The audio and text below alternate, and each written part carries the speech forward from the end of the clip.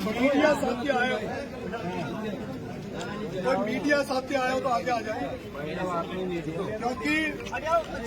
क्योंकि मेरा ये प्लान था कि मैं रिहा होते ही पीसी प्रेस कॉन्फ्रेंस 12 में 3 बजे करता, लेकिन जिस तरह की आपने ताकत बना रखी है, जिस तरह के हुजूम आप मेरे साथ चल रहे हो, उससे प्रशासन को ये लगता है कि कहीं दोबारा से अशांति नहीं हो जाए। तो प्रशासन ने मेरे से आग्रह किया और मैंने भी उनसे कमिटमेंट किया है कि मैं पीसी जो 3 बजे 12 में होने वाली थी उसको कैंसिल करता हूं और गांधी जी की मूर्ति पे माला पहनाकर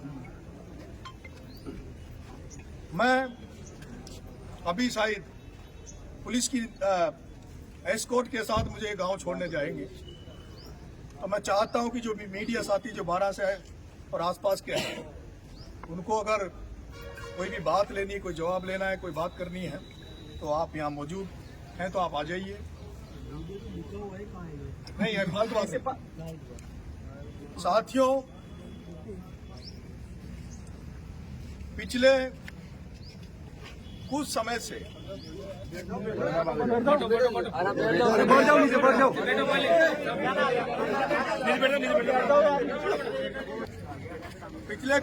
से हम हाड़ौती की जनता जनार्दन के बीच में काम कर रहे हैं, किसानों के बीच में काम कर रहे हैं और युवा साथियों को जगाने का प्रयास कर रहे हैं। और इस प्रयास के दौरान हमने कुछ ऐसे कदम उठाए जो हमें नहीं उठाने चाहिए थे। कुछ हमने ऐसे स्टेटमेंट जारी किए जो हमें और जिस परिवार में हम पैदा हुए उस परिवार के हिसाब से ये शोभा नहीं देता कि वो स्टेटमेंट हमारे मुंह से निकले। लेकिन जिस तरह के हालात हाड़ौती संभाग के हैं, जिस तरह से यहाँ के किसानों को कुचला जाता है, यहाँ के पिछड़ों के साथ शोषण किया जाता है और किस तरह से यहाँ राजनीतिक संरक्षण में सारे काम धंधे चलते हैं और राजनीतिक संरक्षण में प्रशासनिक अमला काम करता है, तो ऐसे में जनता को, हाड़ौती की जनता को जगाने के लिए और प्रशासन में अपनी अहमियत बताने के लिए कि हम भी हाड़ौती में किसानों के पुत्र हैं जो अब शोषण नहीं सहेंगे, उत्पीड़न नहीं सहेंगे और अब हम भगत सिंह को फॉलो करते हुए, भगत सिंह दोस्तों केवल किताबों में पढ़ने से और भगत सिंह से केवल भगत सिंह बनने से हर कोई भगत सिंह नहीं बन जाता। भगत सिंह को मैं बहुत पढ़ा है, बहुत सुना है मैंने, और भगत सिंह ने जो हमें प्रेरणा दी, भगत सिंह ने हमें प्रेरणा ये दी कि अपनों के लिए, कमजोर वर्गों के लिए, पिछड़ों के लिए, शोषितों के लिए जितनी भी कुर्बानी हम दे सके, जितना भी बलिदान हम दे सके, उतना बलिदान हमें देना चाहिए। और यही कारण है कि जब भगत सिंह को हम फॉलो कर रहे हैं तो भगत सिंह की तरफ हमें बनना भी पड़ेगा और वो प्रयास में कर रहा था। मेरे प्यारे भाइयों, लोग हो सकता है मुझे उग्र नेता की छवि के रूप में जाने, लेकिन इससे पहले मैं जयपुर में कई बार आमरण अनशन और अहिंसात्मक आंदोलन मैंने जयपुर की धरती पर किए हैं और इसीलिए आज मैं तय किया था, जब हम थाने से चले थे, कि यहाँ से निकलते ही सबसे पहले गांधी जी की मूर्ति जहाँ कहीं भी 12 में होगी, उस सत्यमेव जयते के को मार्ग प्रशस्त करने वाले, अहिंसा का मार्ग दिखाने वाले महात्मा गांधी की मूर्ति पर हम माला अर्पण करेंगे। और अब आगे जो समय में जब हम आंदोलन भी करेंगे अगर 12 की धरती पर किसानों के लिए, तो वो हमारा आंदोलन अहिंसात्मक होगा, गांधीवादी विचारधारा से होगा। ये आज हम सबने तय किया है। मेरे प्यारे भाइयों, पिछले समय कुछ स्टेटमेंट मैंने इस तरह के दे दिए थे जिनको ऐसा लगा, और वो मैं गलती मानता हूं कि वो कुछ शब्द ऐसे मेरे मुंह से निकल गए थे जो किसी सभा विशेष को कहीं न कहीं ठेस पहुंचती थी। उसके लिए मैं आज केवल एक व्यक्ति विशेष पर मैं अपनी लड़ाई लड़ रहा था, केवल प्रमोद जैन भैया और प्रताप सिंह सिंघवी के गठजोड़ को सबके सामने उजागर करने के लिए मैं लड़ रहा था। प्रमोद जैन भाया किस तरह से राजनीतिक संरक्षण में सारा काम धाम सारा सेटअप उसने जमा रखा है। उस प्रमोद जैन भाया को नंगा करने के लिए मैं जिन शब्दों का यूज कर रहा था उसमें मैं कहीं भटक गया था और प्रमोद जैन भाया की जगह मैंने कोई वर्ग विशेष के खिलाफ भी कोई टिप्पणी कर दी थी। इसलिए मैं उस बनिया समाज से आप सभी के सामने माफी मांगता हूं, सार्वजनिक तौर पे माफी मांगता हूं। और आज के बाद मैं आपको विश्वास दिलाता हूं कि किसी भी सूरत में किसी भी कंडीशन में किसी भी वर्ग विशेष को लेकर आज के बाद मैं कोई टिप्पणी नहीं करूंगा। दोस्तों, मैं कल छबड़ा में किसान आंदोलन कर रहा था।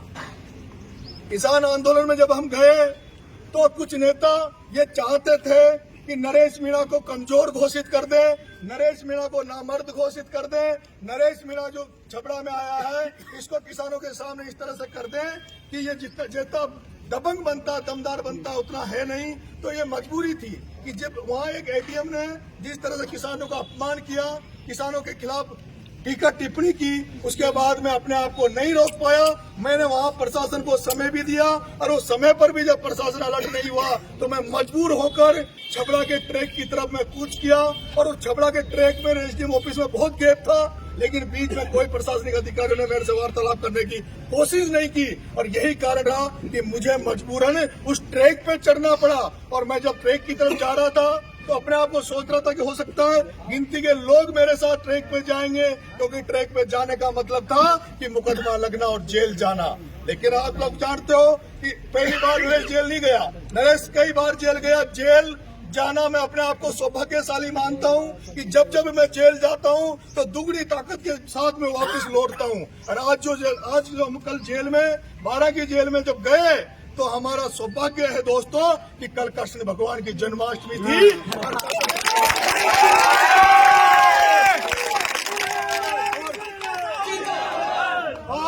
और कृष्ण भगवान का जन्म भी आप सब जानते हो कि जेल के अंदर हुआ है। और जेल के अंदर जब कृष्ण भगवान का जन्म हुआ तो उन्होंने भी उनके जो कंस मामा थे, जो कंस मामा के अनाचार अत्याचार के खिलाफ कृष्ण भगवान ने भी कंस मामा को मार दिया था, कंस मामा को हत्या कर दी थी।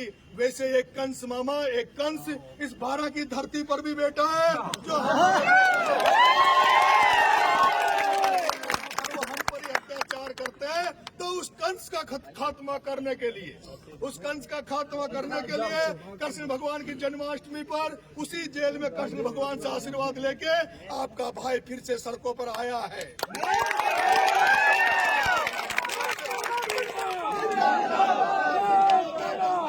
मेरे भाइयों, कल जब मैं महाकालेश्वर उज्जैन के दर्शन करने जा रहा था, छपरा से जैसे मैं निकला मुझे लगा कि मेरे अकेले के कुछ साथी आए हुए थे, उनके साथ मैं रात को रुककर और सुबह महाकाल के दर्शन करूंगा।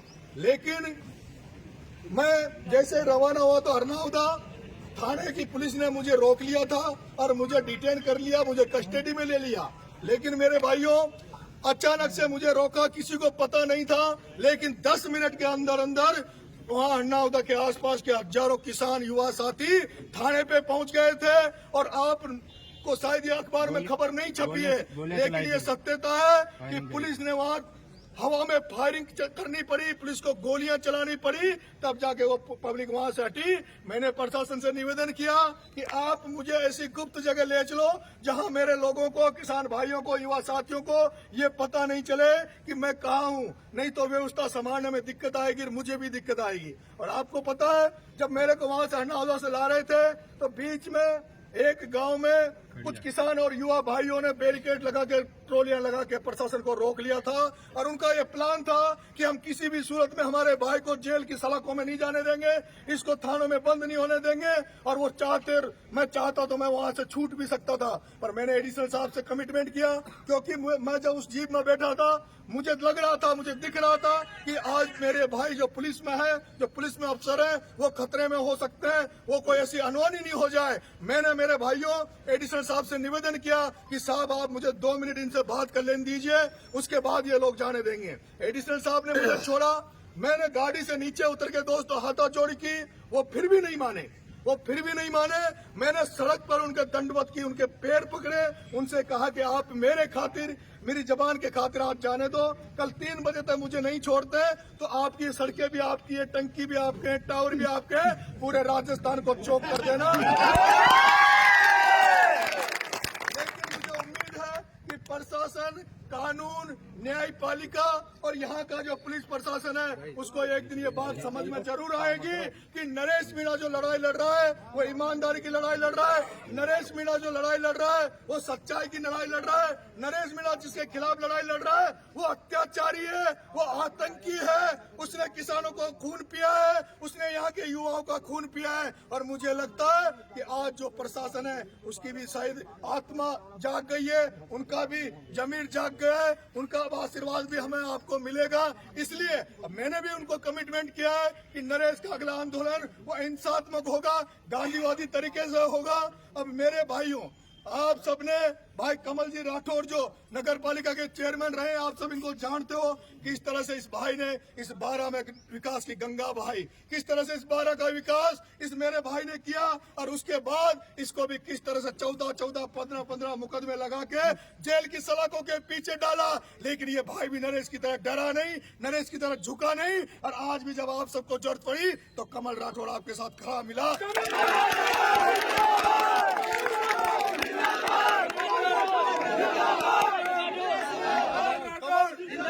और कमल राठौर ने आह्वान किया कि 3 बजे बारा बंद होगी।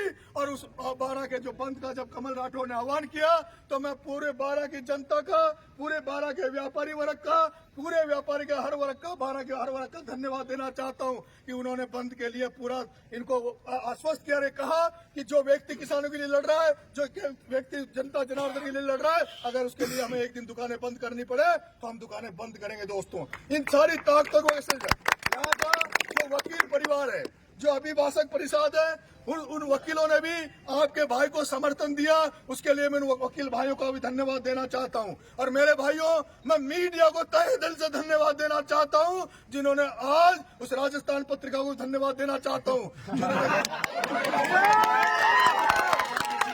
मीडिया कर्मियों को धन्यवाद देना चाहता हूं कि आपने हमारा सहयोग करा। और मैं उम्मीद करता हूं कि आप आगे भी हमारा सहयोग करते रहेंगे। मेरे प्यारे भाइयों, अब मैं कानून, हमारी कोई लॉ एंड ऑर्डर नहीं बिगड़े, कोई ऐसी व्यवस्था नहीं बने, इसलिए मैं सीधा यहाँ से बपावर होते हुए अपने धौला कुआं होते हुए गांव जा रहा हूँ। और शाम को मैं जयपुर निकलूंगा। उसके बाद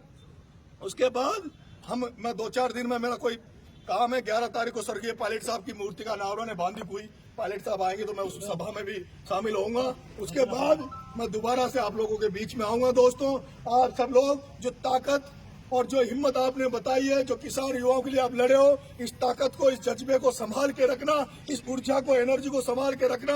इस एनर्जी को, ऊर्जा को हमें बहुत लंबे समय तक काम लेना है। दोस्तों, जब तक ये जो भ्रष्टाचारी है, जो चोर बाजारी है, जो गड़बड़ झाला है, जब तक इस बारा की धरती से खत्म नहीं होगा, जब तक हम इस बारा की धरती पर लड़ाई लड़ते रहेंगे। धन्यवाद साहब, राम राम।